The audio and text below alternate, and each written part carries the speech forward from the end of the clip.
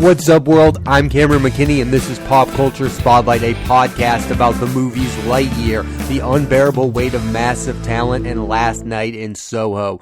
First, let's talk about Lightyear. Here's a quick synopsis. Space Ranger Buzz Lightyear and the rest of Star Command are stranded on a desolate planet and are desperate to get back into space. The film stars Chris Evans, Keke Palmer, Taika Waititi, Uzo Aduba, Peter Sohn, and James Brolin. Standout performances. Chris Evans played Captain America from 2011 to 2020, starring in 7 films. It's far and away what he's most known for, and since retiring the role, he's made a very wise choice in playing characters that are vastly different than Steve Rogers. In Knives Out, he played Ransom, a spoiled, rotten man who is angry at his grandfather for cutting him off. And in the miniseries Defending Jacob, he plays Andy Barber, a father whose son is accused of murder. So for that reason, I was surprised when it was announced Evans was going to be the voice of Buzz Lightyear, because it's another character similar to Captain America,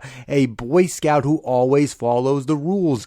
Evans is good in the role. I just personally want Evans to play more mischievous characters like the ones in Knives Out. I think he should be done playing heroes. He's done it too many times. He did it in Captain America. He did it in the Fantastic Four movies, which is one of the only good things about those films. I also really like him in Bong Joon-ho's Snowpiercer, but I do think he should be done playing heroes. I also think Chris Evans is really good at playing villainous roles.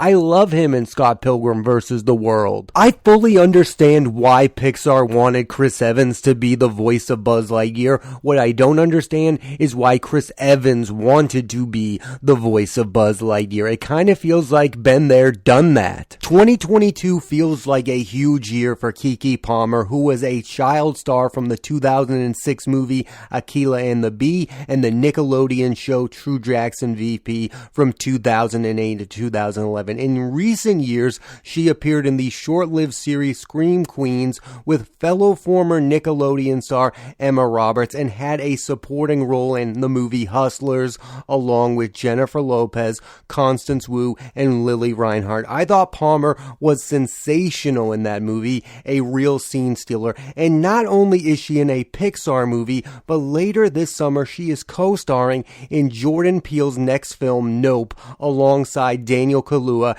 and Steven Yeun. Peele has become the master of horror with Get Out in 2017 when he won an Oscar for Best Original Screenplay, and Us in 2019.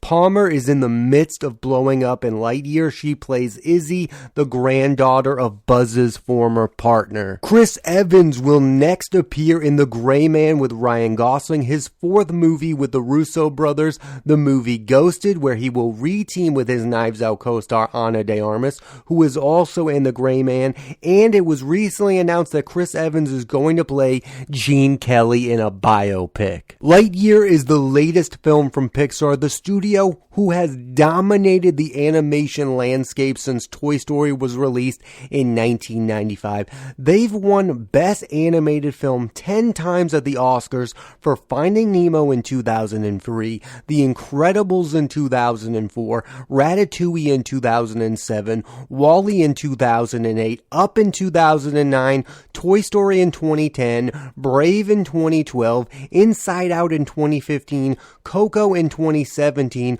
Toy Story 4 in 2018, and Soul in 2019. In 2 of their films, Toy Story 3 and Up, were nominated for Best Picture, and not only have their films been critical successes, they've also been huge financial ones. 4 of the top 10 highest grossing animated films at the box office have come from Pixar. All 4 made over $1 billion. The thing about Lightyear is it's the rare Pixar film that's not having a lot of success in either area. So far, the film has only made $204 million at the box office, which isn't awful until you learn it cost $200 million to make. The movie is being called out for its lack of originality. It's weirdly similar to Christopher Christopher Nolan's Interstellar, it's failing to connect with both kids and adults. If the movie fails to make at least $300 million, it would be only the second theatrical Pixar release to do so, the other being Onward. And it's not like you can say other kid movies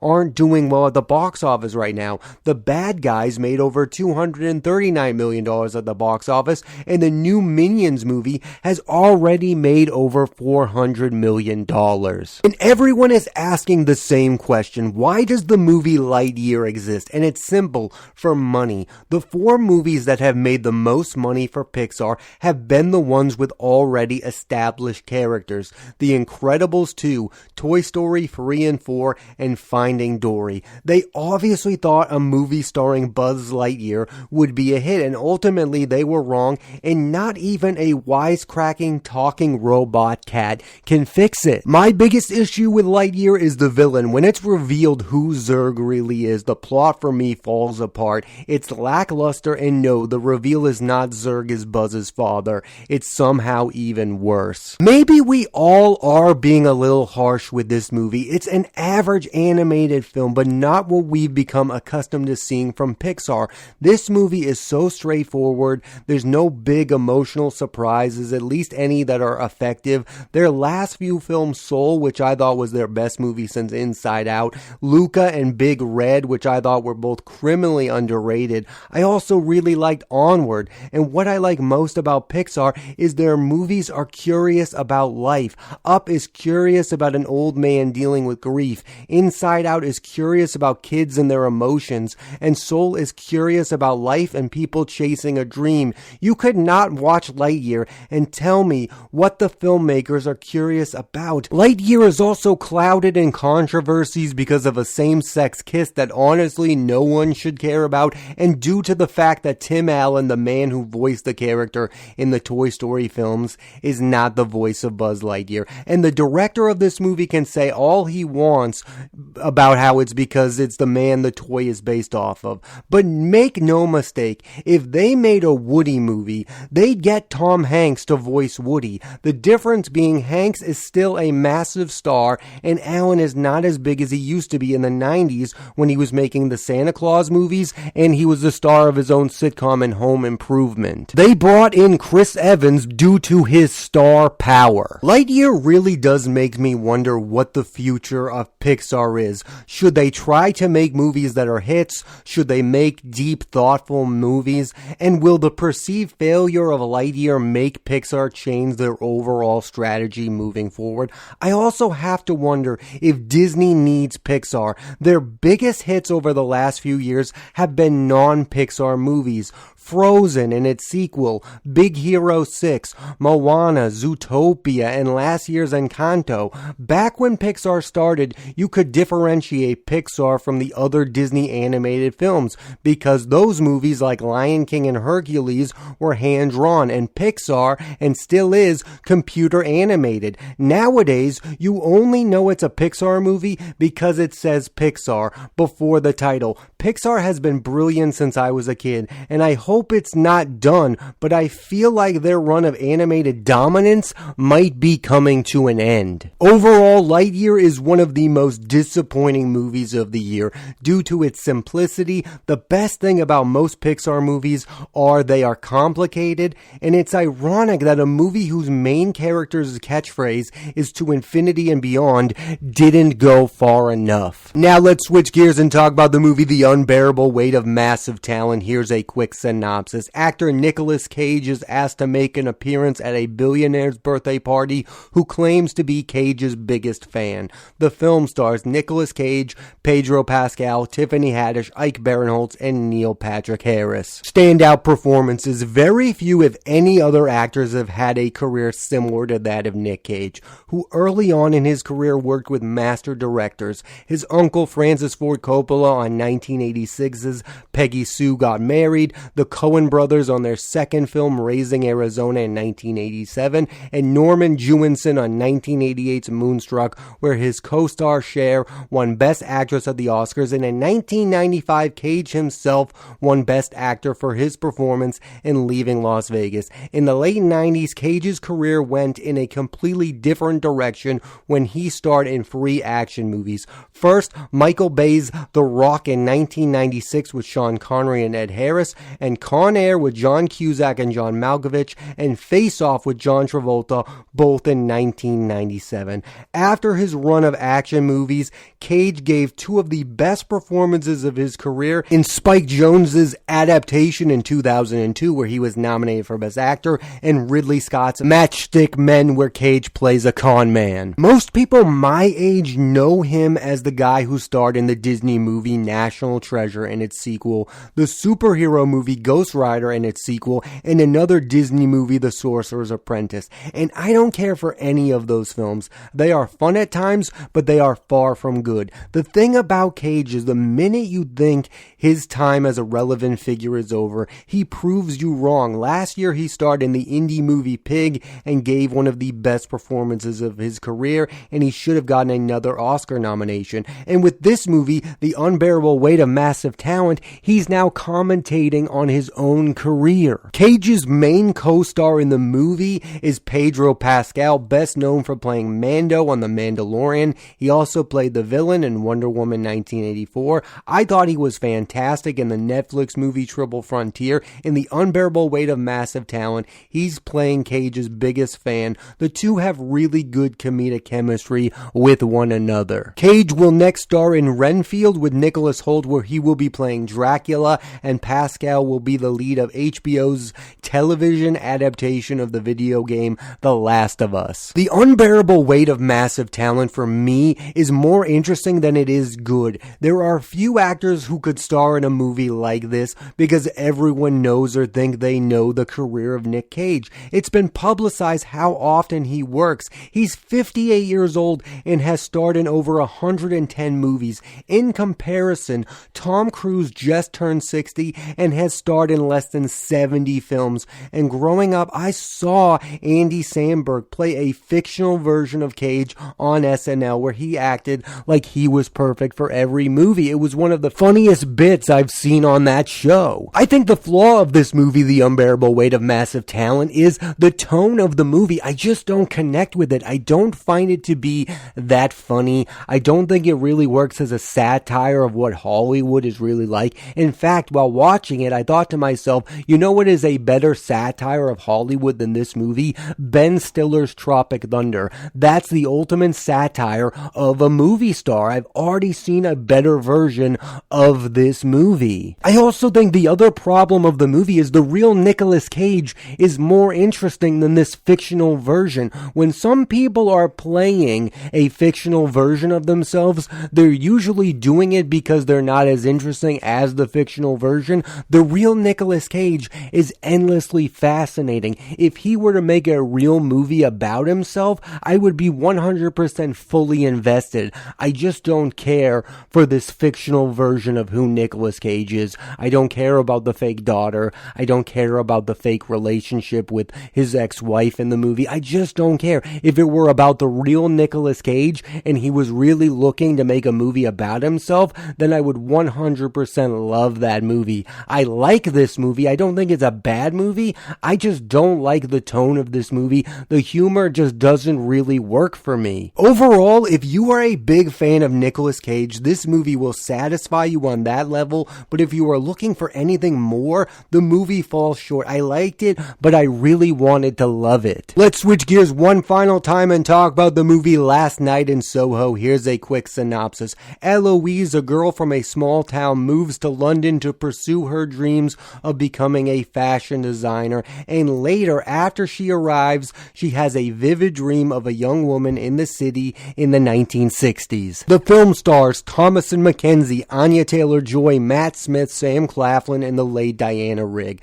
Spotlight performances. Thomasin McKenzie is someone I've been impressed with the past few years. She broke out with the movie Leave No Trace with Ben Foster. I thought she was the best part of Taika Waititi's Jojo Rabbit and really really liked her in both True History of the Kelly Yang and M. Night Shyamalan's Old. Last Night in Soho is the first film she's really being asked to carry, and she does so convincingly. She's very soft-spoken, which makes her very believable as Eloise, someone who is moving from a small town to the big city. The other young star in the movie is Anya Taylor-Joy, who is not asked to do a whole lot in this movie. She has very little dialogue, but what she does have is star power, and when watching this, I wanted more of her in it, which is a testament to her. I mean, we've all seen her break out with The Queen's Gambit, and I just saw her in the trailer of the new David O. Russell film, and now she's making the Furiosa movie with George Miller. Like, as big as Anya Taylor-Joy is right now,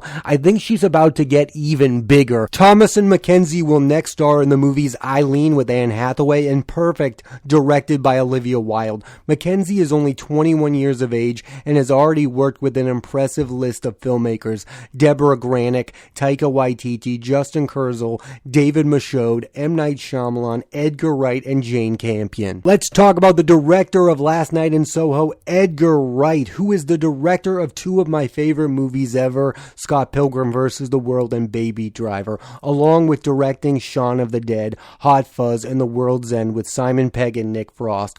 All of those films are mixed with comedy, and that's not the case with Last Night in Soho. It's a straight-up horror film, and some elements of it are fantastic, especially the scenes in the 1960s London. It's one of the best-looking films. The stuff in modern times could have really used that Edgar Wright signature humor, due to the fact it was flawed and not as good as the parts in the past. Wright's career almost went in a completely different direction when he was chosen to direct the first Ant-Man movie, but left over creative differences, and then he made a hit with Baby Driver, and with Last Night in Soho is showing his range as a filmmaker. I like the message of the movie, which is the past isn't as glorious as we all like to believe. A lot of people look at other time periods and think that was the golden age, but in reality, those periods have a lot of the same problems and are a lot worse in a lot of different ways. I had very high expectations for Last Night in Soho due to the fact of being directed by Edgar Wright, and parts of the movie, like I said, are great.